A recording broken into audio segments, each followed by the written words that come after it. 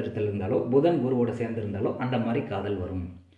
புதன் சுக்கரனோட சேர்ந்திருந்தா ஆடம்பர காதல். ஒருத்தவங்க வந்து ஃபேன்சியாக இருக்காங்க, நல்லா அழகாக இருக்காங்க, கவர்ச்சியாக இருக்காங்க, இவங்கள வந்து லைஃப் பார்ட்னராக வச்சுக்கிட்டா நல்லாயிருக்கும் அப்படின்னு நினச்சி ஒரு கவர்ச்சிக்கு ஆசைப்பட்டு லவ் பண்ணுறது வந்து புதன் சுக்கரன்.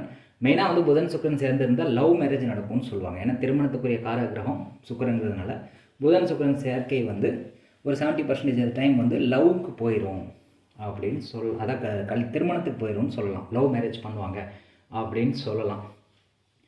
அடுத்து புதன் சனியோடு சேரும்போது பண்பான காதல். எதையும் வந்து பண்பாடோட காதல் பண்ணணும்னு நினைப்பார். எப்படின்னா இப்போ நவீன காலத்தில் வந்து எப்படிலாம் லவ் பண்ணுறாங்க அந்த மாதிரி பண்ணாமல் ட்ரெடிஷ்னல் லவ்வை வந்து இவர் பண்ணுவார் புதன் சனி.